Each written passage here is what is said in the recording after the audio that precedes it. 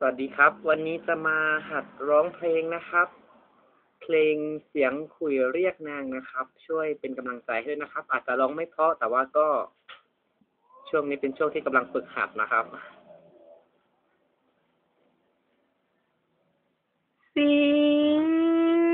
ยงคลุยครวญหวนมากับลมที่สะอื้นฟื้นระทม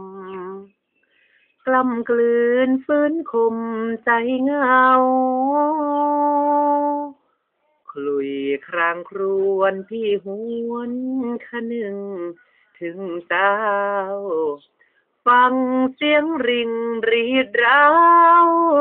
พี่ยิ่งเศร้าไม่ไหว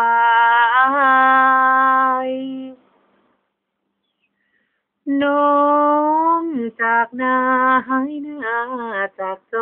รสู่กรุงเทพมหานครตัดร้อนมิตอบจดหมายได้ข่าวดีเจ้าฟ้าเทพีชาวไร่ลืมรักเก่าเราไว้สิ้นเยื่อใยลืมลง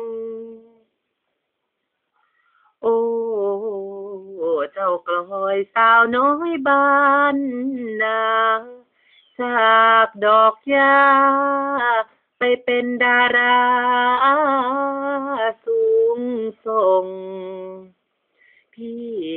พลอยปลื้มถึงน้องจะลืมพี่ลงอย่าเรื่องลงน้องเอ๋ยเจ้าจงระวังวิวภัยครางเคล้าลมอ่อนโอนต้นตาลเดียวสุดฝืนยืนตนดังคนสูญสิ้นความหวัง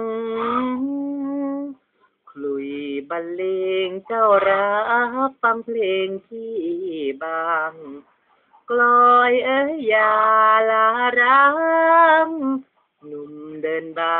งสุพรรณลงคอยขอบคุณนะครับ